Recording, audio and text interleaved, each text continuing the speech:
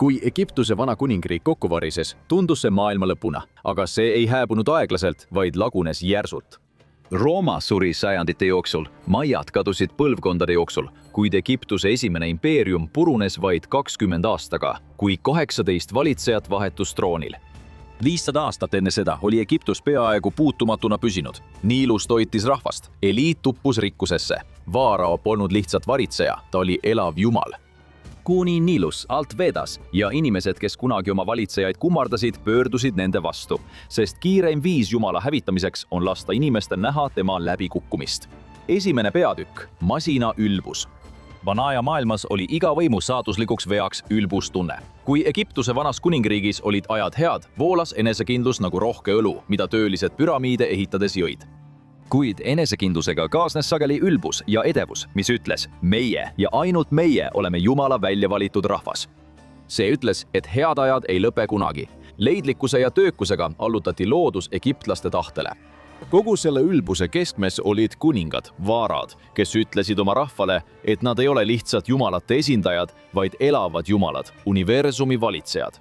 Nad olid loonud ühe ajaloos suurimat tsivilisatsiooni. Nad ehitasid kõrguvad püramiidid, uskumatud inseneritöö saavutused, mis olid tunnistuseks nende geniaalsusele.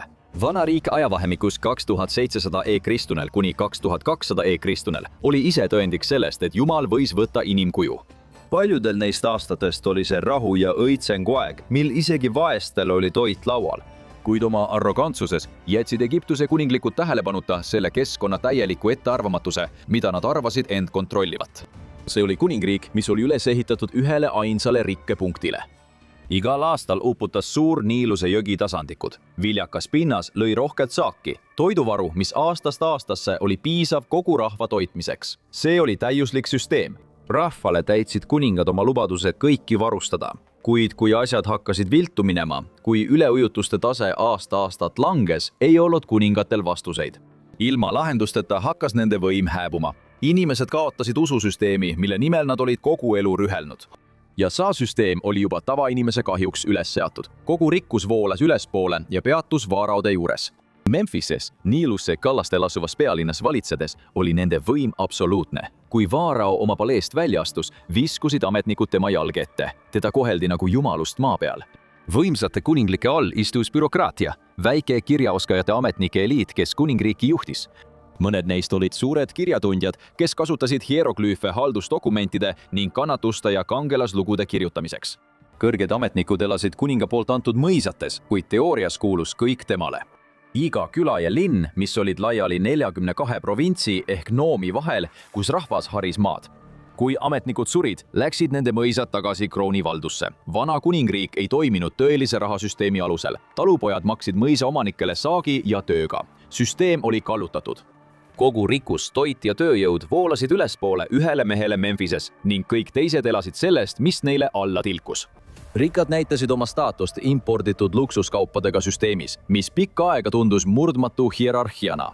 Allussas olid massid, tavalised töölised, kirjaoskamatud ja täielikud krooni meelevallas. Need inimesed moodustasid võib-olla 98% elanikkonnast. Nad veetsid oma elu, ohverdades oma tööjõu suure kuningriigi heaks ning said tasuks toitu, peavarju ja kaupu. Nemad olid ehitanud püramiidid, paleed, templid, teed ja tammid. Nad võitlesid sõjakäikudes Nuubias või Põhja-Aafrikas ja nad tegid seda, sest teadsid, et seisavad millegi tohutu keskmes.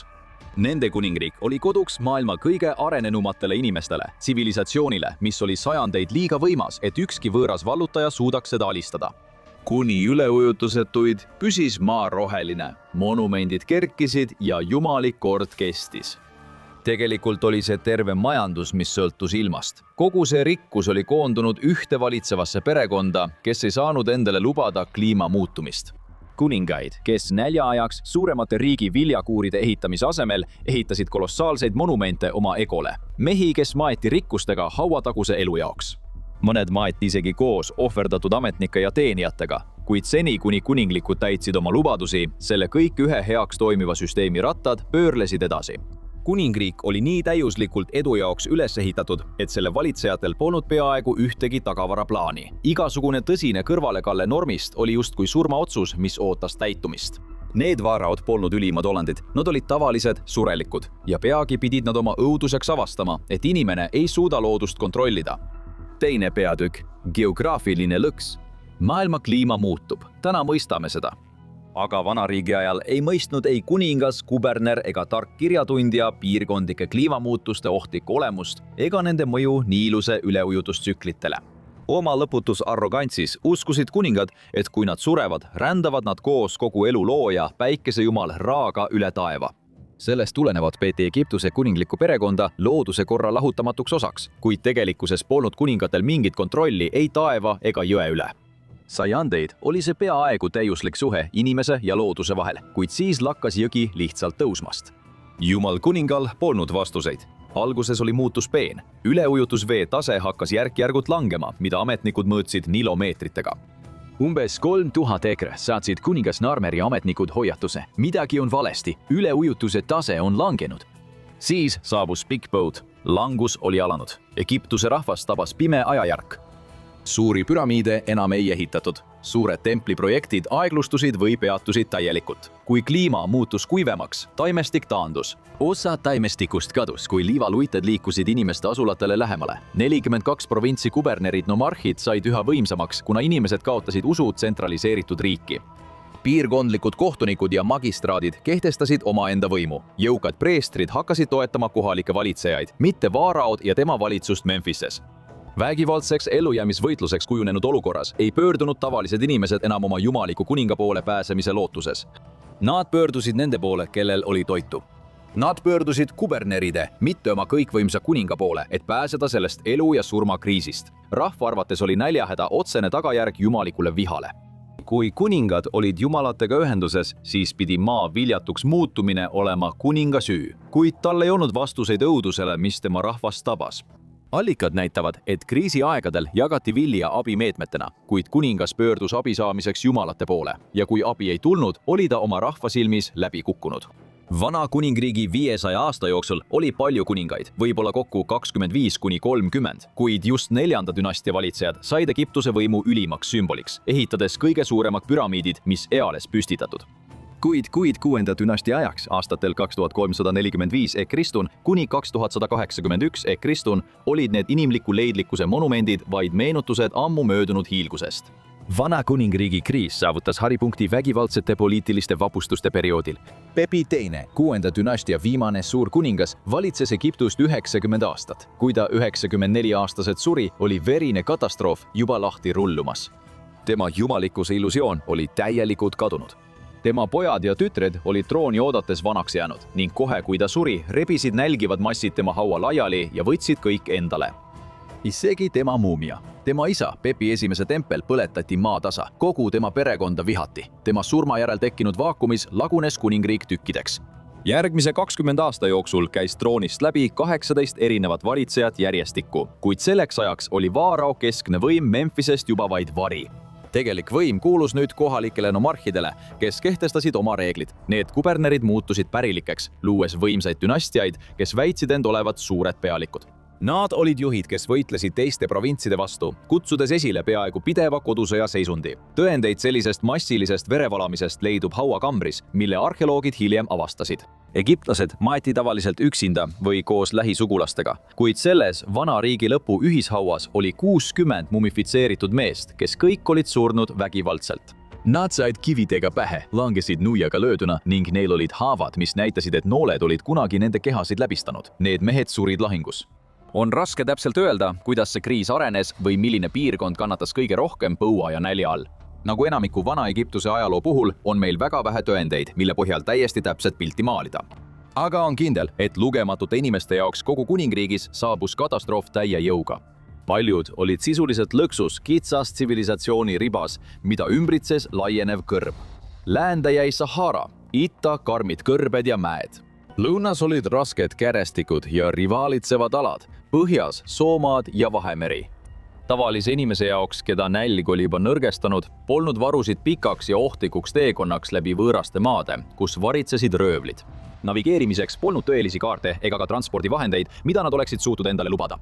Nii oli lihtinimene seotud riigiga, tsivilisatsiooniga, mis oli rajatud kitsa oaasi ümber, mida ümbritses maastik, mida oli peaaegu võimatu ületada ilma toidu, vee ja relvavarudeta.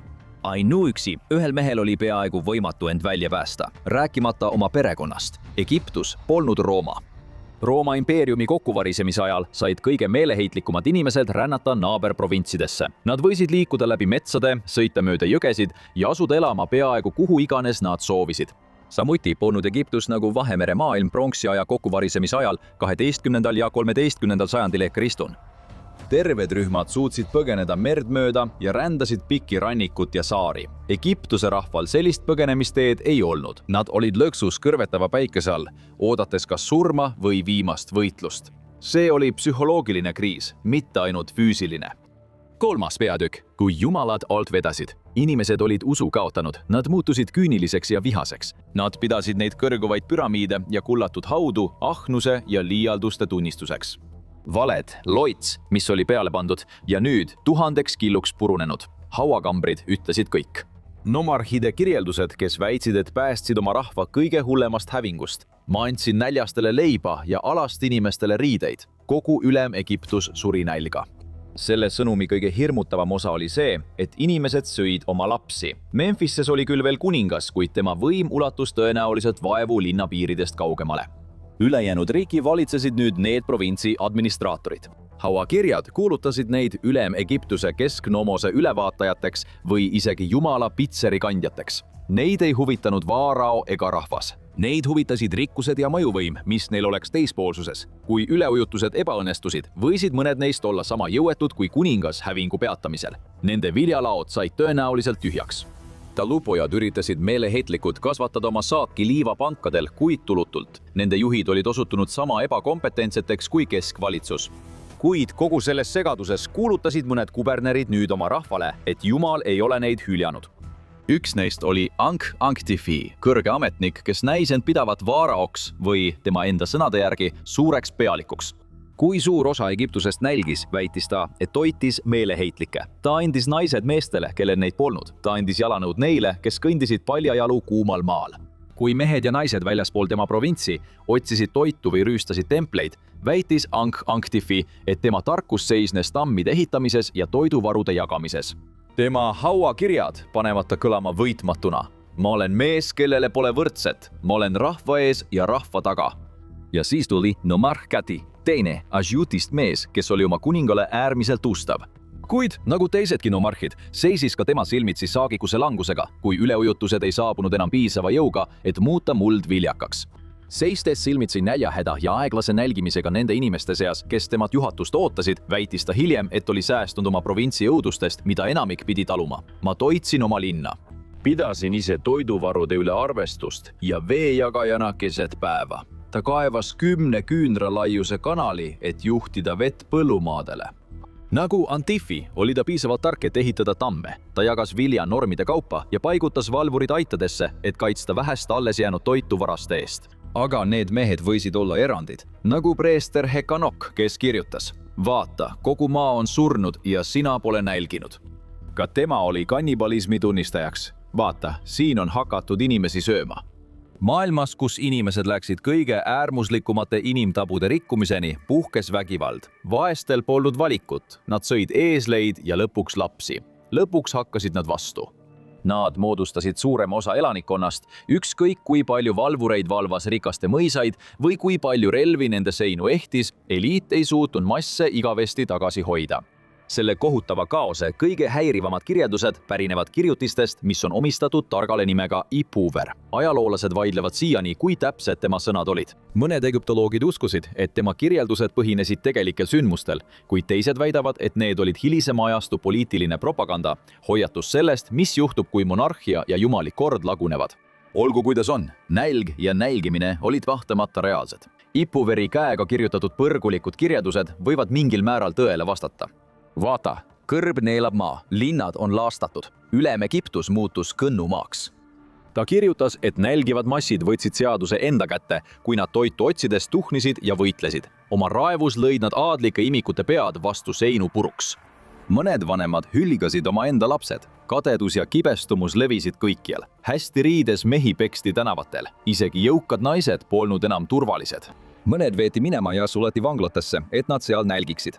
mehed õhutavad tüli takistamatult, oiged kostavad üle maa, segunedes kaebehäältega. Vaata nüüd maad, mis on jäänud ilma kuninga võimuta. Katk laastas provintsi. Laibad hõljusid jõgedes ja kanalites. Veeteed olid vere ja haigustega punaseks värvitud. Vaesseed rüüstasid rikkaid ja hüüdsid, surugem maha need, kes meie seas võimsad on. Perekonnad pöördusid üksteise vastu. Mees peab oma poega vaenlaseks. See, kes oma venna maha matab, on kõikjal. Sellises maailmas, kus ahnus ja küünilisus ajasid mehi nende halvimatele tegudele, ei olnud targal kirjatundjal enam mõjuvõimu. Tema sõnu eiras meeleheitel rahvas, kes püüdis saada, mida vähegi võimalik. Terved linnad laastati. Maa muutus kõrbeks ja sellise nõrkuse ajal saabusid Aasia barbarid, et hävitada rahvas, kes oli liiga lõhestunud, et end kaitsta. Keskse võimu loomine vastupanuks oli võimatu. Maksuandmed ja riigiasjad, mis olid riigi juhtimiseks vajalikud, olid juba hävitatud. Vaesed mehed, tavalised mehed, tallasid iidsetest kommetest üle, kui nad läksid kohtadesse, kuhu neil varem oli keelatud minna. Vaata, suur nõukogu saal on vallutatud. Kerjused tulevad ja lähevad suurtes mõisates. Egiptuse kuningate saladused on paljastatud. Need mehed varastasid dokumendid ja tapsid kirjatundjad. Nad hävitasid raamatud, põllumajandusalased teadmised, mis olid sajandeid aidanud egiptlastel põldu harida. Kui jõugud võtsid linnades ja asulates võimu ning anarhia levis, läks projektideks mõeldud tulu otse nende taskusse. 2 aastakümnega olid Memphise kuningad hävitatud. Talupojad, kes olid kuidagi ellu jäänud, olid nüüd masendunud. Neil polnud kaitset kurjade vastu ja nad olid kaotanud igasuguse usu valitsejatesse. Sündimine oli needus. Ma soovin, et oleksin surnud, ütlevad väikesed lapsed. Ta poleks pidanud mind elama panema. Ipueri arvates vajas Egiptus kuningliku perekonna taastamist. Neil oli vaja tuksvat südant rahva keskmes, kes suudaks kaoses korda kehtestada. Nagu üks ajaloolane seda kirjeldas, oli see ahvatlev unistus ja mõne jaoks isegi ellujäämise vajadus. Ühe mehe tunnistusest üksi ei piisa, et mõista, mis juhtus. Nagu ajaloos sageli juhtub, kadusid enamuse hääled, sest nad ei osanud ei kirjutada ega lugeda. Vana Egiptuse ajalugu on suuresti jäädvustatud valitseva klassi silmade läbi. Ometi saab just tavaliste inimeste tegude kaudu kinnitada osasid Ipuveri nägemusest ühiskonna kokkuvarisemisest. 4. peatükk, Jumal veritseb. Näljased massid olid läbi elanud täieliku psühholoogilise murdumise. Jumaliku autoriteedi illusioon oli purustatud. Ja sellest kaosest tekkis kuritegelik majandus, hauaröövimine. Hauaröövid olid olemas juba vanas kuningriigis, kuid kui kord ja seadus kokku varisesid, läks kõik käest ära. Isegi matmiskomplekside ees valvanud valvurid ei suutnud röövleid tagasi hoida. Vaesed, kes olid nüüd valitsejates pettunud, tungisid suurte monumentide kallale, kuhu kuningad olid maetud kujuteldamatute rikkustega. Röövlid kaevasid tunneleid läbi paksude kiviseinte ja kogusid varandust peidetud kambrites sügaval püramiidide ja haudade sees. Ilma stabiilse keskse riigita, mis kuningriiki korras hoiaks, oli seda peaaegu võimatu peatada. Kuldkujud, ehted, isegi kuldmaskid, mis kunagi olid kuninga nägu ehtinud, müüdi turgudel. See oli suurim solvang meestele, kelle ainuüksi nägemine pani tavalised kodanikud kunagi värisema. Kui arheoloogid leidsid need hauakambrid tuhandete aastate pärast, avastasid nad rüvetatud ja purustatud muumiad. Röövlid polnud mitte ainult varastanud, vaid hävitanud kõik, mis silma hakkas. Sellist lugupidamatust polnud varem nähtud. Vana Egiptuses tähendas turvaline teekond teispoolsusesse rohkem kui elu ise. Egiptlased olid valmis tegema kõik, et tuua surnud eliidi kehad kaugetelt sõdadelt tagasi, et neid saaks korralikult matta ja anda neile võimalus jõuda paradiisi.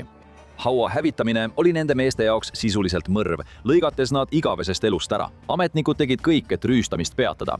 Kuna hauarüüstamine jätkus ka keskmises kuningriigis, raiuti haua sissepääsudele needusi, et vargaid hirmutada. Kujusid paigutati nagu igavesed valvurid, kes valvasid surnute üle.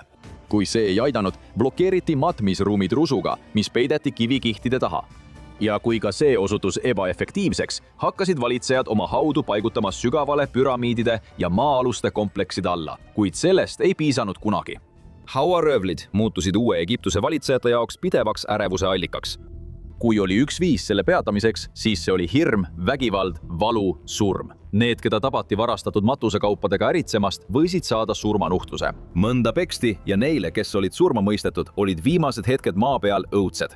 Vargad muutusid kavalamaks. Nad põletasid kirstud ja sulatasid nende sees oleva kulla üles, nii et selle päritolu jäi teadmata.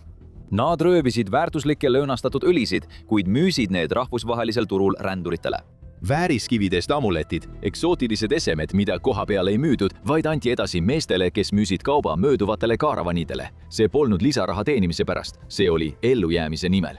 Ellujäämine kuningriigis, mis oli oma rahva alt vedanud. Kui valitsejad ei suutnud kaitsta, kui kuberner hakkas käituma nagu hõimupealikud, kelle ego oli päikese suurune. Niile, kes olid kunagi oma elu riigile pühendanud ja nüüd olid laastatud, oli see kättemaks.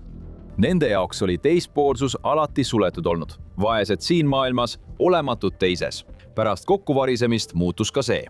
5. peatükk. Varastatud teispoolsus. Pärast vana kuningriigi langust saabus esimene vaheperiood, ajajärk, mil Egiptus jagunes rivaalitsevateks võimukeskusteks. Üks Herakleopolis Magnas alam Egiptuses ja teine Thebas ülem Egiptuses. See oli uus maailm. Maailm uute suurte narratiividega, mis asendasid vanad lood inimestest, kes olid jumalad inimkujul. Kui kohalikud vägevad ja provintsi valitsejad võitlesid killustatud maal võimu pärast, avati tavalistele inimestele tee teispoolsusesse. Tõendeid leidub mitte ainult ajaloolistes tekstides, vaid ka tavaliste inimeste haudades. Umbes esimese vaheperioodi alguses hakkasid tavaliste egiptlaste kirstudel ilmuma maagilised loitsud ja nõiasõnad. See oli tava, mis oli kunagi reserveeritud ainult kuninglikule perekonnale ja eliidile. Vana korra vägivaldne kokkuvarisemine aitas sündida millelgi radikaalsel, demokraatlikumal nägemusel taevast. Kaks maailma, mis olid kunagi olnud lahus, valitsejad ja tavainimesed, hakkasid läbi kannatuste ja segaduste üksteisele lähemale liikuma. 2D raamat, iidne kosmograafia, mis kirjeldab, kuidas jõuda igavesse paradiisi, leidus kunagi ainult hauakirjades ja matusejuhistes, mida olid monopoliseerinud monarhid. Seejärel levis see järk-järgult allapoole, esmalt väiksemate aadlike, siis õukonnaametnike ja bürokraatide ning lõpuks tavaliste inimeste hulka. Kui neil oli raha, et osta kirst, sisaldasid need tekstid kaarte, mis aitasid surnutel jõgedel orienteeruda ja vältida hirmuäratavat tulejärve. Need sisaldasid pühasid sõnu, mida oli vaja valvatud väravatest läbi pääsemiseks, kus väärilisi empatiat tervitati. Ilma sellise teadmiseta riskisid surnud hauataguses elusse andistamise ja hävitamisega. Nende ninad ja huuled lõigati ära ning nende igavene teekond lõppes verise ja valuliku lõpuga. Püramiidi tekstid, mis olid kunagi saatnud suuri kuningaid, said nüüd peaaegu kõigi jaoks sarkofaagi tekstideks. Tavaline inimene oli saavutanud igavese elu. Pole kahtlustki, et vana Egiptus oli arenenud tsivilisatsioon, kuid see ei tähendanud, et neil ei olnud kummalisi uskumusi. Uuri välja Vaaraude veider pool 50 hullumeelses faktis vana Egiptuse kohta või vaata hoopis seda.